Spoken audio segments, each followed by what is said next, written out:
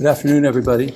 My talk, just as Professor Heisch explained, is going to be on Zen and AI. What I really intended to be is more of an exploration into the nature of subjectivity as seen by my particular lineage of Zen. So different lineages have different understandings and traditions on how they pass it on.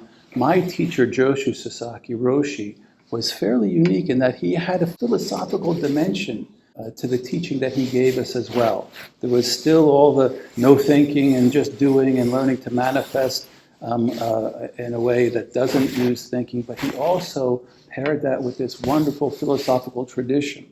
And he was actually a good friend of Nishitani, who was a student of Nishida from the Kyoto School of Philosophy. And this is when he was a young man. So he never talked much about it other than that he was a good friend of Nishitani. And so we think that somehow this may have influenced it. But when I asked him, he said that this was a lineage, that this is what was exactly taught him by his teacher and his teacher. And he said there are some lineages that actually have this dimension to it. There's a collection of his talks. It's called Manifesting Zen. It was just published last year. And this is the web page where you can buy it. There's an ebook only for 20 euros. But everything I'm talking about, although it's a sort of my own digestion and regurgitation of his teachings, is based on what I learned with him and in my Zen practice. So I meant to say, as any good Zen monk does when they're given a problem that they have to contemplate deeply, I asked ChatGPT. And this is what the answer gave me, because I'm not an expert in AI or psychology or anything. So I asked, what do you think are the main differences between AI and human consciousness? And ChatGPT said, human consciousness is associated with subjective experience, self-awareness, emotions, and a sense of being or I. AI, on the other hand, is fundamentally based on computation and algorithms, lacking subjective experience or self-awareness. And I'm like, well, my talk is done. That's all I really am going to say in the end of all this. I agree. But then I read a little bit further, and it goes on to say, human consciousness arises from a complex interactions of neurons and synapses in the brain, a biological substrate. And that's where my red flags went off. Because in the way we're taught to look at reality, to look at consciousness, it doesn't originate in the brain. The brain doesn't make consciousness. Rather, it's the entirety of the body and the entirety of our surroundings, the entirety of the universe that continually gives rise to consciousness at every level. And that's what my talk is going to be about. So, my argument is, subjective consciousness is created by a subject which experiences the alternatives of life and death, and so is inextricably tied to biological subjectivity. Subjective consciousness, therefore, is better described as conscious subjectivity. So not emphasizing the consciousness, emphasizing the subjectivity. And the second dimension is artificial intelligence is based on logic, which is a tool created by human beings, and so it can only ever be an extension of biological subjectivity. And this is really what I hope to show in my talk. So first, a little bit about Zen. What is Zen? I remember when I was a student in my early 20s, I was the secretary for a philosophy professor and at Purdue University, and we hosted this third International Buddhist Christian Conference. And I went there as his secretary, and so I was sitting with a lot of the speakers. And one lecture that wasn't well attended, a famous Zen master was sitting there basically alone. And I had just discovered Zen and was all, oh, what is it? And so I crept over chair by chair to him until I was finally sitting next to him. And he was just, didn't pay any attention. And I said, what is Buddha? And he half looks at me, goes, points to the window and goes, just this. And that was it. And I was left. Okay, that intrigued me. Like, what is this just this? That Zen that he's pointing to, that he's indicating, that he's trying to demonstrate. What I'm trying to suggest is that just this is this inconceivable dimension to our being, that's beyond thought and reason and beyond any even intellectual experience or emotional experience. It's beyond that.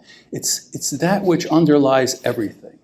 And it's that inconceivable dimension to ourselves that we try to learn, first discover in our lives, and then bring into our everyday lives step by step by step. And one of the first things we learn is that we are not our thoughts. Subjectivity, consciousness is not our thoughts, and it's not our bodies, and it's not made by the body. It's something much bigger. It's an expression of that inconceivable thing that I'm bringing up. So, if you ever heard about Buddhism, you probably heard of the first noble truth: life is suffering. So, what's meant by that? Does that just mean, well, sometimes things are really bad? There's a lot of people who can't relate to it. My life is pretty good. I'm not suffering.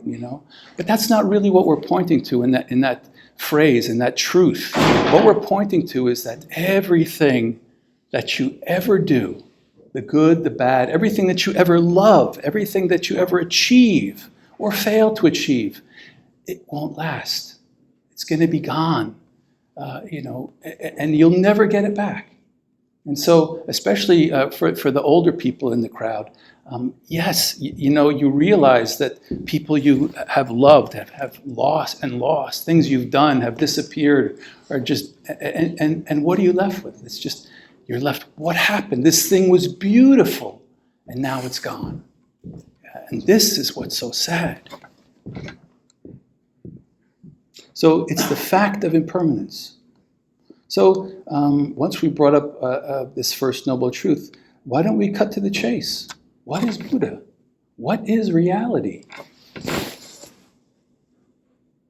And just as a general starting point, and again, what I'm saying is that in our tradition, at least, Buddha is taken as the representation of this inconceivable dimension that we all are, that we all share.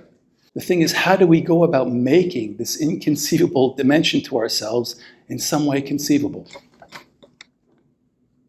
So a very famous and classical way to do this is called the Trikaya, 3 bodies of the Buddha. And they are the Dharmakaya, the Sambhogakaya, and the Nirmanakaya. And the Dharmakaya simply means unity. So it's that part of reality that expresses the dimension of unity. This is one thing. It's one universe. Universe literally means one turning. So if we were to shoot an arrow through everything in this room, everything in the city, including the arrow itself, would be nothing but that one universe. So that dimension that we all share without doubt. The next body is the Sambhogakaya, and that means diversity. So this is an amazing fact that this one thing, this one reality that we all share is only expressible in terms of this and that, in terms of diverse things. Nowhere can you go around and say, oh, there's unity over there. No, it's always expressed as some object, some expression of diversity. And the last of the 3 bodies is the Nirmanakaya, which is change. And so what does that mean? It means that all these expressions of diversity, when they change, it's not that one thing changes independently. They all change relative to each other. And so there's a wonderful law, a wonderful teaching in Buddhism called dependent co-origination. The Japanese word is engi. And this is expressing this dimension that this one thing that is expressed as a multiplicity, as diversity, is always changing with respect to itself. So what does this teaching of the 3 bodies imply in its most basic expression? As I mentioned, it's this and that. The word I want to implant in your brains right now is conditional inverses. That is to say, in its simplest expression, it's one thing as opposed to everything that is not that thing, at any moment in space and time. What does that express? It expresses the two-ness, the diversity, it expresses the oneness, and of course, they have to change. But what I want to talk about first is that initial relationship between a thing and its surroundings, a subject and its context, before they interact. What is that? One classic example is the sun and the earth. So we're all taught when we're young, until 8 minutes happens, we don't know if the sun is going to be there because it takes 8 minutes for the light from the sun to reach us. So the sun could be gone right now, and we won't find out until 8 minutes. But the thing is, the sun isn't gone, I'm pretty sure. What is that relationship between us and the sun right now, before the information is shared, before we have any tangible experience of it? Of course, in science, they call that space-like separation, and that's just like the precursor to an event. But what I'd like to suggest, what I want to point out is that we can't just dismiss space-like separation. The fact that the sun is existing now, we are existing now. So in some special way, it's always just us as opposed to everything that's not the rest of the universe. And what is that? Is it loneliness? No. We're embraced by the universe. What do you call it? It's this fundamental isness, because the miracle is because there is you and I existing at this exact same moment. It means that there's not nothing, right? That's the alternative. If the sun didn't exist in a way that could exist independently from us as its own isness, and we as our own isnesses, there could be nothing.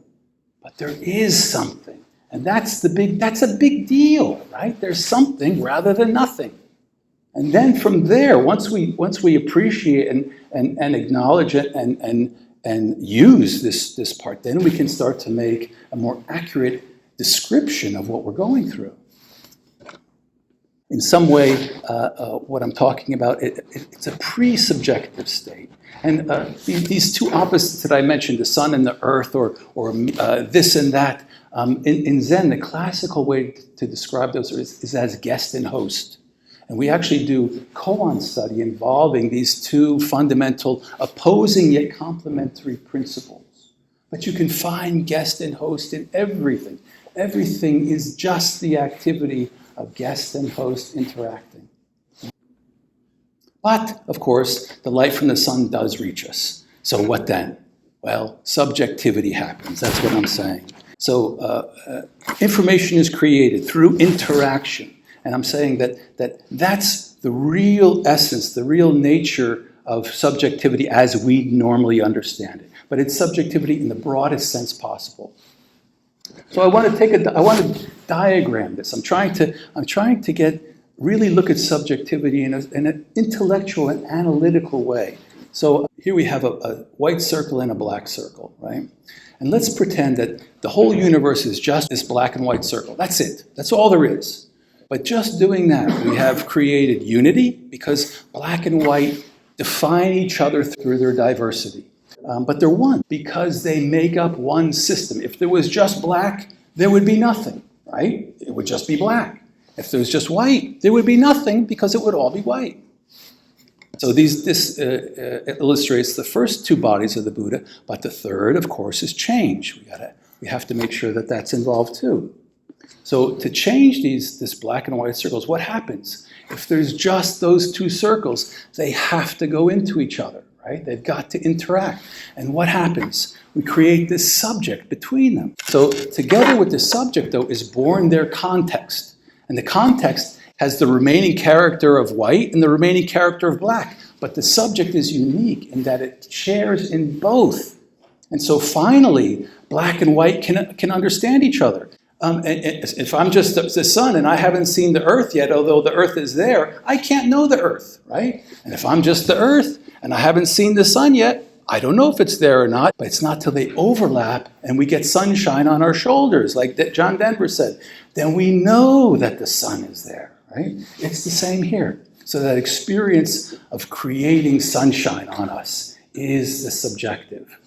And so this is how every interaction fundamentally starts. But of course, they don't stop there. it continues on. See, here's the whole process. We have black and white, and they create a subject. That subject matures until it takes up the entire space, but then it decays again, and black and white go back to their original polarized condition. Everybody clear? But it's not that simple, unfortunately. This subject also has this amazing quality that the second a subject is formed, it also becomes one of a new pair of conditional inverses, right? So that means when you have two asteroids in space and they come and they hit each other, and a piece of rock is chipped off of one of them, that chip immediately has its own relationship as a conditional inverse with everything that's not that chip of rock. This is codependent origination, everything giving rise to everything, giving rise to everything, and everything sharing this fundamental duality, but also being a subject. But, as everybody knows, rocks and humans are different. So using the example of a piece of an asteroid being formed from a collision is not going to explain consciousness, right? So how do we start to differentiate the consciousness of a rock and the consciousness of a human being? Well, I want to go to a quote by a famous philosopher at Berkeley, John Searle. And he says, where the very existence of consciousness is concerned, if it consciously seems to you that you are conscious, you are conscious. It's real and irreducible.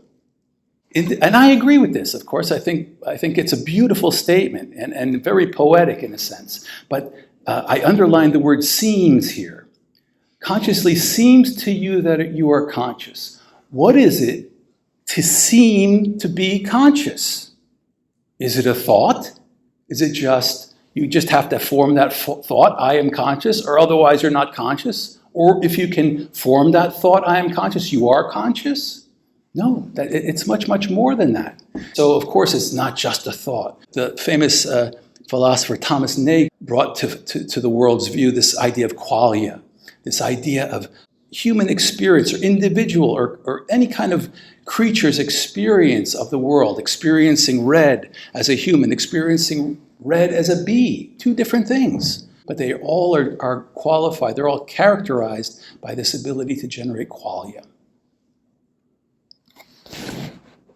Okay, so now I want to throw another heavy concept. What I want to do is differentiate between consciousness of inanimate beings and biological beings. And to do that, I want to introduce the idea of intrinsic information and extrinsic information.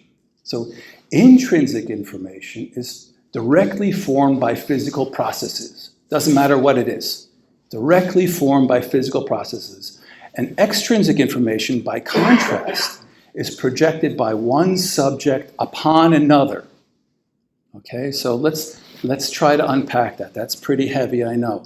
But hopefully you guys got the idea of a subject being formed by an interaction. That's pretty easy. Now this idea of extrinsic information, I'm using this Gestalt image, right?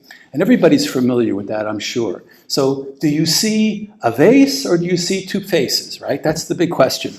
Are we turning this into the subject of a vase with the white context, or are we looking at it in terms of two white faces with the black being the context, right? And it's up to you, right? This is the great thing about consciousness. We can pick whichever one we want. But I want to take this a little bit further. What if only the people that saw the black vase first survived, right? What would happen to all the people that saw the white face first? You're dead. So what would happen then? Then you would have just the people that saw the black first, right? And then as time went on, but what about the people that then saw the black and then saw the white? Immediately you're gone, right? So then you're left with more people, the only people, and they're of course getting together and having kids, and little by little, you can't see the white face anymore because the ability to see the white, to take that alternative, it's no longer possible because the only people that have left have evolved, have adapted to just see the black. So we could even grow some organs. Maybe over millennia, these people that survived grew some organs that or something in their brain that only allowed them to see the black vase, right? But that doesn't change the fact, fundamentally, first of all, that the black and white aren't either a face or a vase, right?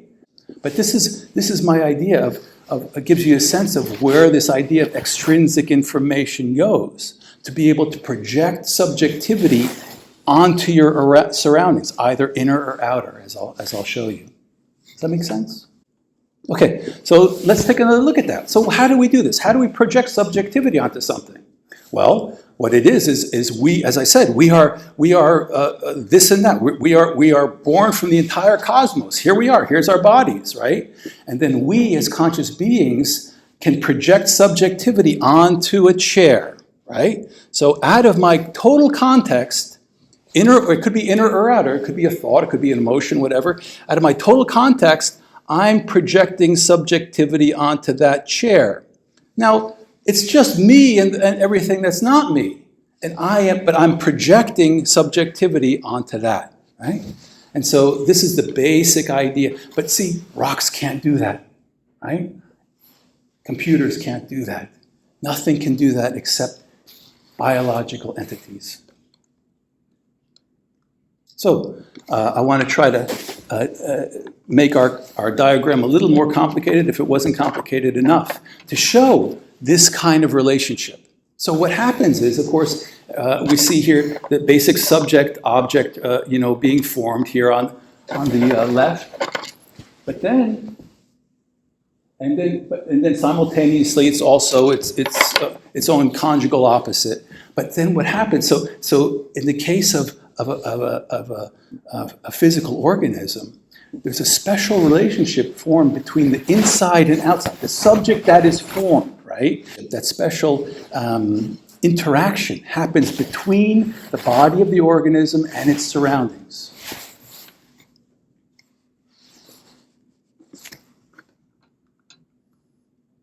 So let's start with the cell. Let's call the inside, or the initial subject, the biological organism, and the outside its environment. So how did this first happen? How did things get so complicated that this actually evolved? Well, of course, nobody knows as of yet. There's some of you who may know much more about that than I do.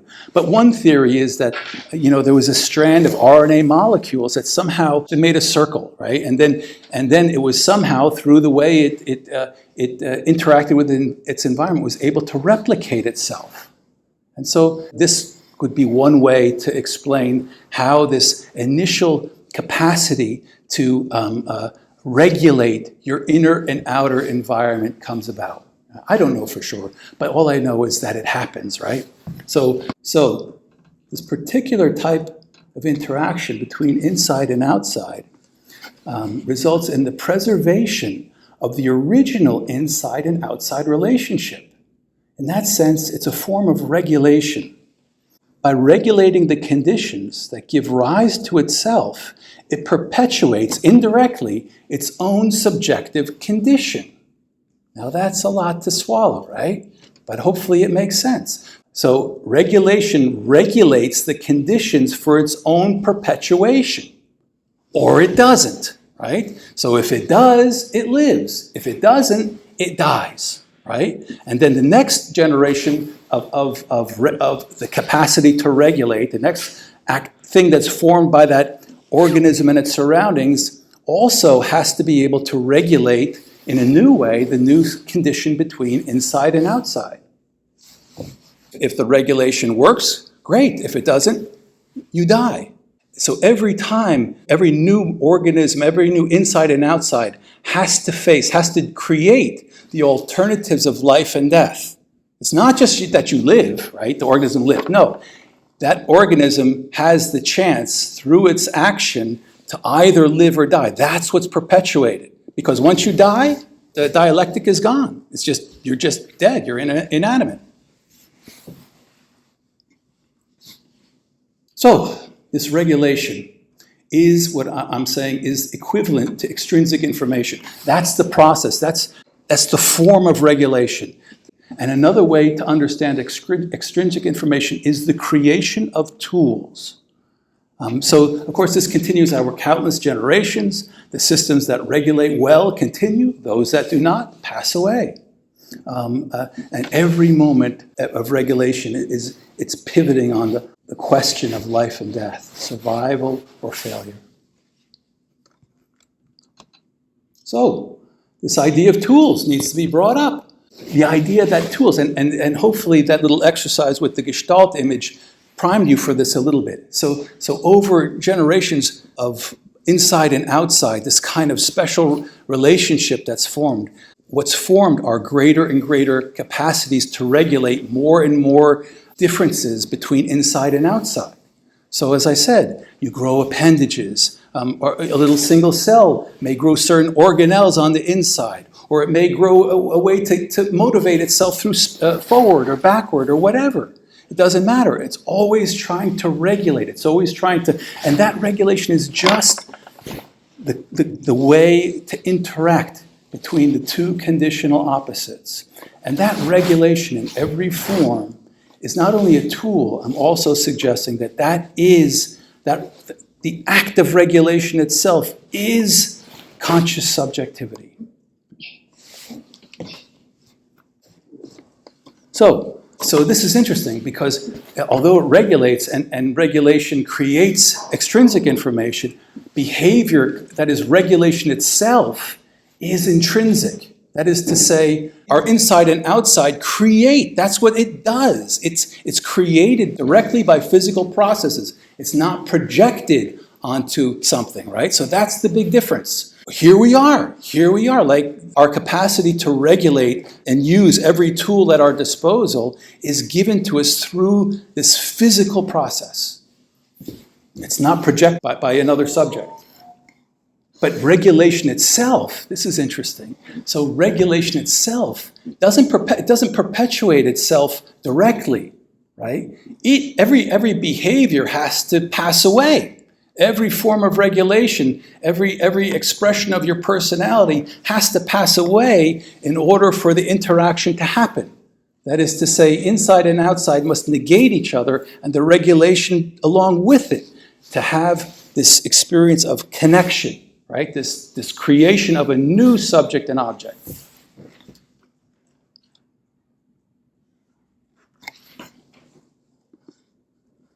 So, subjects compound with subjects, behaviors compound upon behaviors, experiences compound upon experiences, conscious subjectivity compounds upon conscious subjectivity. That means that our bodies, every living organism is this amazing compilation of cells, and each one of those cells is doing the activity of life and death too.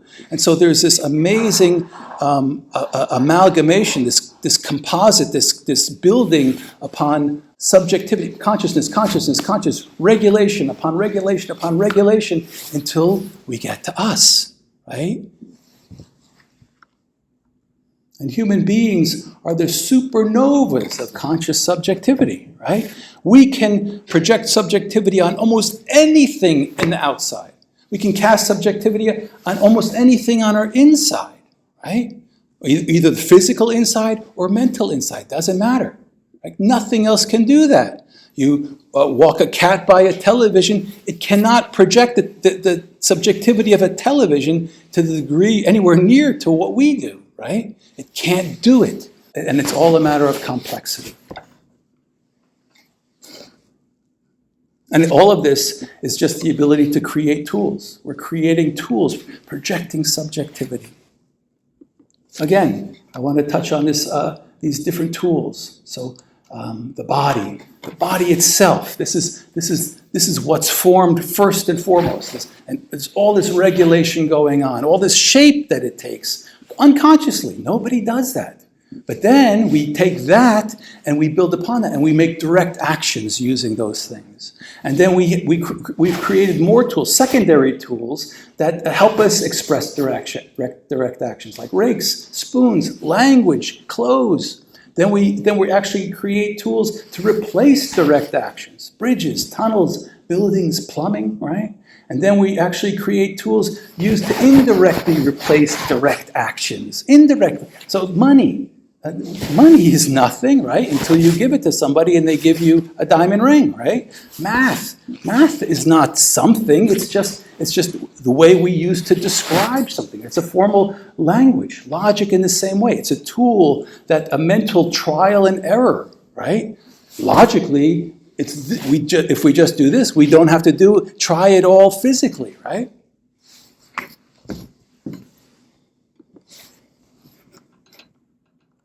So, can we understand how extrinsic information is created using our original diagram rather than just the funny little yellow diagram? And so here, let's start with this. We have the inside and outside. It is a body and a surroundings. And that body and surroundings is giving rise to the capacity to regulate. Okay? So, here we go. And again, in contrast, here's the poor, simple, basic, intrinsic subject. And there's no way you can draw a contrast between its inside and outside. But in our particular case, this experience of regulation, we've created this tool of I amness, right? And we're able to identify it with this capacity to regulate, right? But then from there, of course, whereas in the original simple form of subjectivity, there's only one context. It's an outer context. There's a subject, and then everything that's not that subject. Of course, you can dig into that, but functionally, that's all there is. Whereas with us, we have, because we're formed initially, the conditional inverses that form us are inside and outside to begin with. We have an inner context and an outer context. And we're able to draw a contrast between different aspects of the outer in contrast with our own inner. And so through this extra dimension that we have to our subjectivity, we're able to create, we're able to generate extrinsic information. For example, all these ways, if we suppose you want to think about something that makes you happy, yeah? You just go to your mind and you focus exclusively on that thing that makes you happy. So a memory is there and you go there and you connect with it and wow, you're happy. And the same thing if you're sad. There's another part of us, think of this sad thing. When you focus on this sad thing, you become sad. Or maybe I feel like going to the mountains. Well, the mountains are that way. So I go to the left. I make a relation. I interact together with the mountains. So what I'm doing here, you'll see that everything is sacrificed in terms of focus.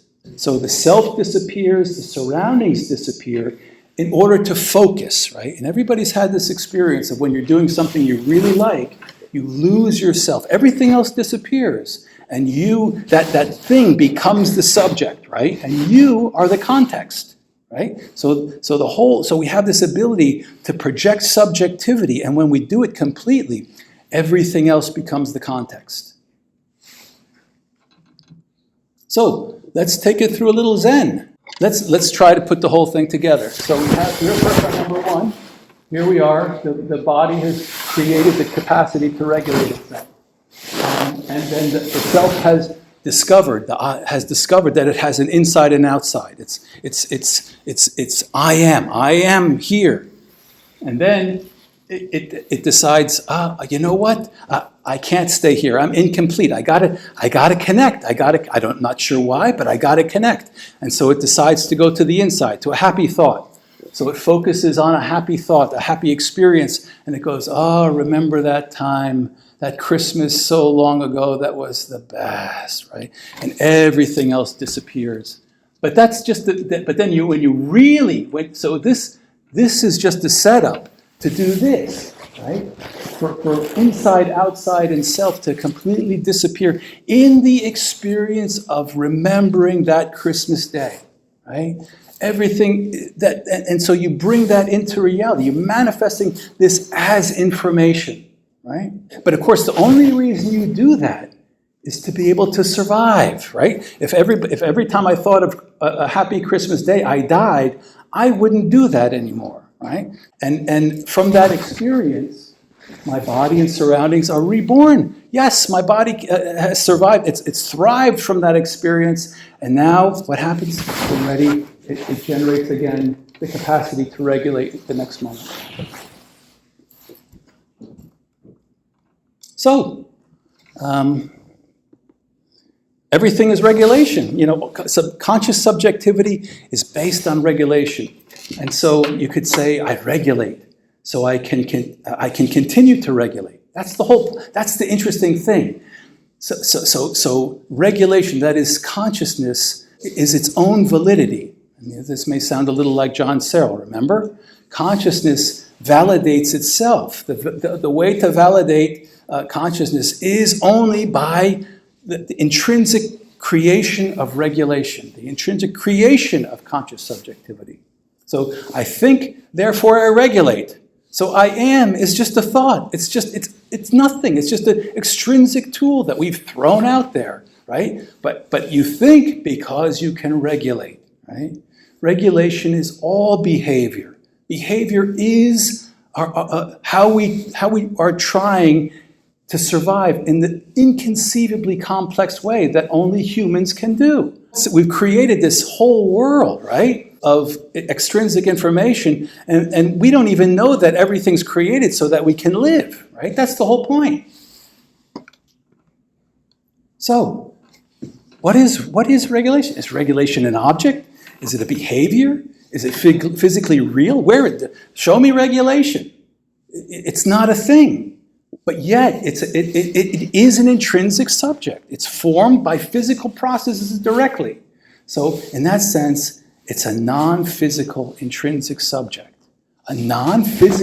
So something that's non-physical brought about by physical interactions. Like, is there anything else that does that? So, what I'd like to say is that what this is it's a new kind of complexity. It's a new thing in the universe. And so it's not just like a bunch of rocks and a bunch of rocks and a bunch of rocks. That's just simple growth. That's an increase in complexity, sure, but it's just simple growth. With emergence, it's when a bunch of things forms something completely new, a new kind of subjectivity. And that's exactly what the evolution, the creation, the existence, the coming into being of regulation of conscious subjectivity is. So non-physical subjectivity is a new dimension of reality. But we confuse our thoughts about self with the nature of conscious subjectivity, which is a subjectified manifestation of change itself. So we confuse our thinking, our ideas about ourselves, all of our, I'm this way, he or she is that way, with the actual fact of our existence. We are the subjectified manifestation of change itself, right? And so when we're just, identifying as this and this. No, it's something that's created this way. It's something by this thing, by that thing. No, they all fall short. But especially when we think the self is great, we think the self is a physical object, we wish only to affirm it, right? So I want to live because I'm great, right? But remember, the rule, the law of regulation is that it can only indirectly perpetuate itself. It has to die. The law of impermanence cannot be violated.